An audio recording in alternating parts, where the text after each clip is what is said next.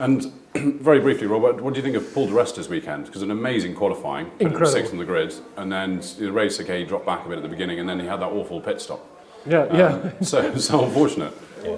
Well, that's motor racing, isn't it? I mean, we were standing on the bank and in Q3, and we see a Force India, and of course, because we're completely out of touch with any information, saying, is that di Resta? It is di Resta, in the top 10. And then he qualified 6th. I mean, that is mighty impressive. Mind you, the Force India was very quick at Silverstone. Yeah. I mean, that Mercedes engine is fantastic, and clearly the car is pretty good now. In the race, I mean, don't you think that he's just learning still? You know, I think certainly, yeah. You know, he's only halfway into his first Grand Prix season. You know, you did Fridays last year, but still, I mean, especially coming from the DTM, I know they say it's a touring car championship, but really it's a silhouette, sort of when they drive like single seaters. But really, it's, you know, it's not GP2 or something like that. And I think it's amazing the progress he's made. You look at those young guys, and it's all about career momentum. Yeah. And you look at where Paul di Resta's gone. You always wonder when he went to the DTM, is this going to be it for him? Is he not going to make the jump? Because not many people do make the jump these days from DTM to a Formula 1 race seat. And when he did it, he knew this was his chance. This was the only chance he was going to get. And I think he's absolutely making every moment count.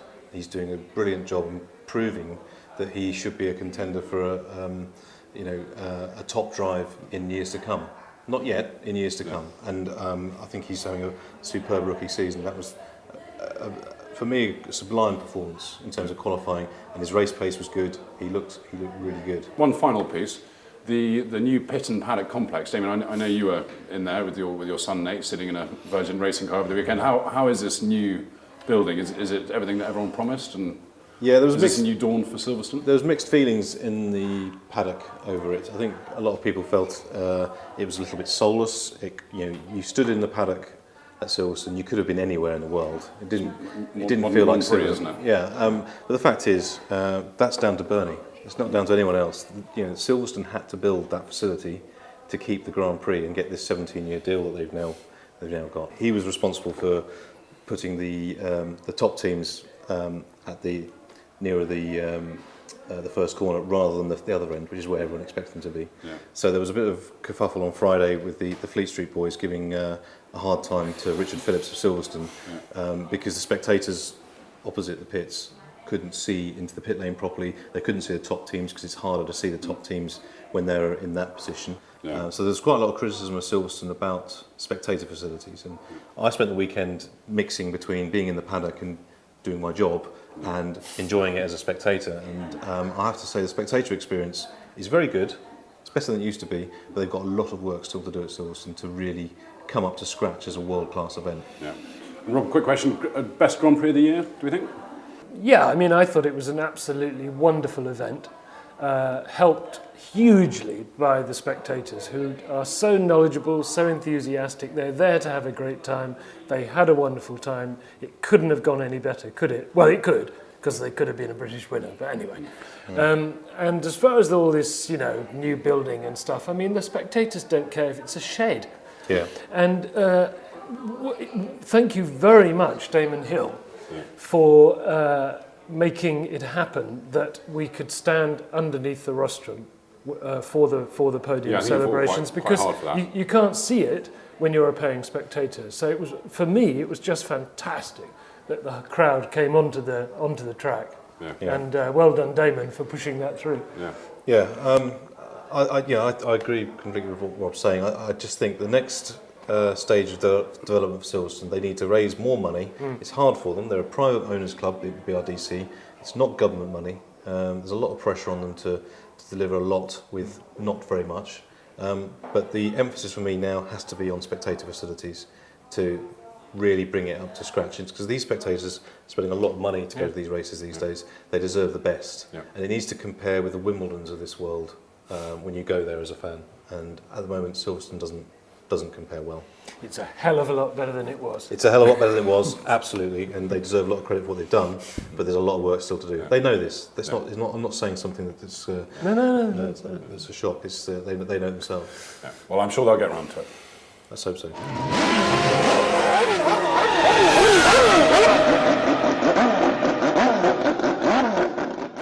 Well, moving over to IndyCar, the race at Toronto, Franchitti won and he's extended his points lead.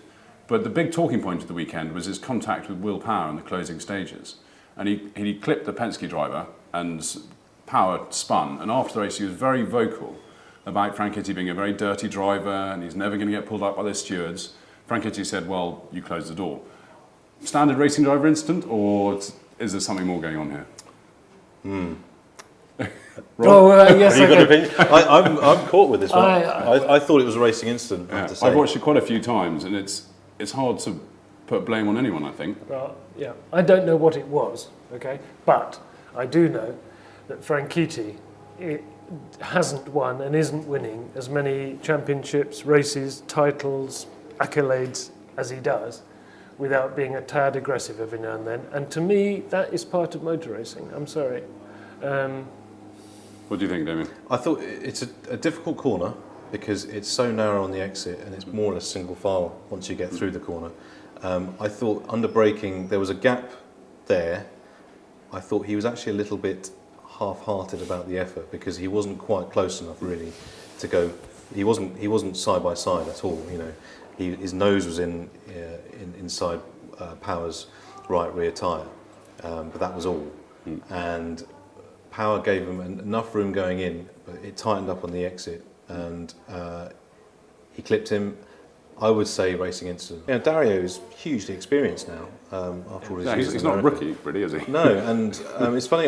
Until recently, I've never heard anyone describe him as a dirty driver. I don't believe he's suddenly become dirty. No. So I'd say that was overstepping the mark from Will Power's point of view. But then again, I can understand his frustration. He was driving into the corner, and suddenly he was turned around through no fault of his own. Really, I think he gave Dario, as I say, on the way in, he gave him just about enough room. There wasn't enough room on the exit, and racing incident, but it keeps it juicy for the rest of the year. So. It certainly does.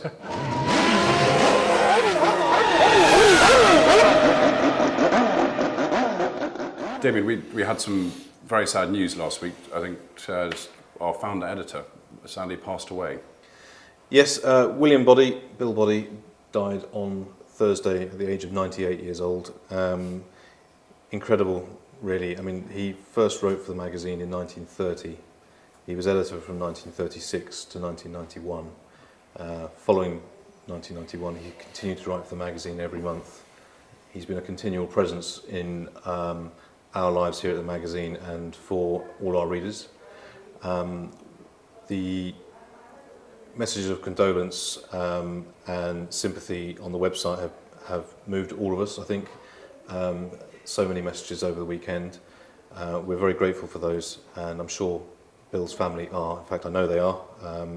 So thank you to everyone who's commented on the website. We will obviously be celebrating his life and his life in the magazine in the next issue. And it's something we knew we were going to have to deal with at some time, and we had some warning that Bill was unwell, so it wasn't a complete surprise. But it was amazing how the shock still affected us all on Thursday, really. And already it doesn't feel quite the same without him, and he will be greatly missed. Yeah. If Sterling Moss is Mr. Motor Racing, I think Bill Boddy is certainly Mr. Motorsport.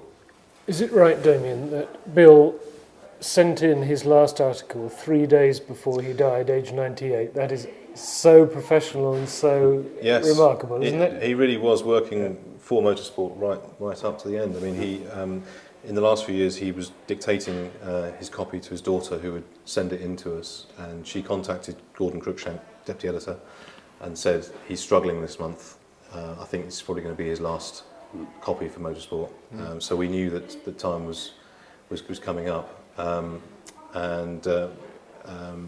But yeah, I think it's fitting that we run those final stories in the next issue. I think that's what he would want, and it's the perfect way for him to sign off from motorsport.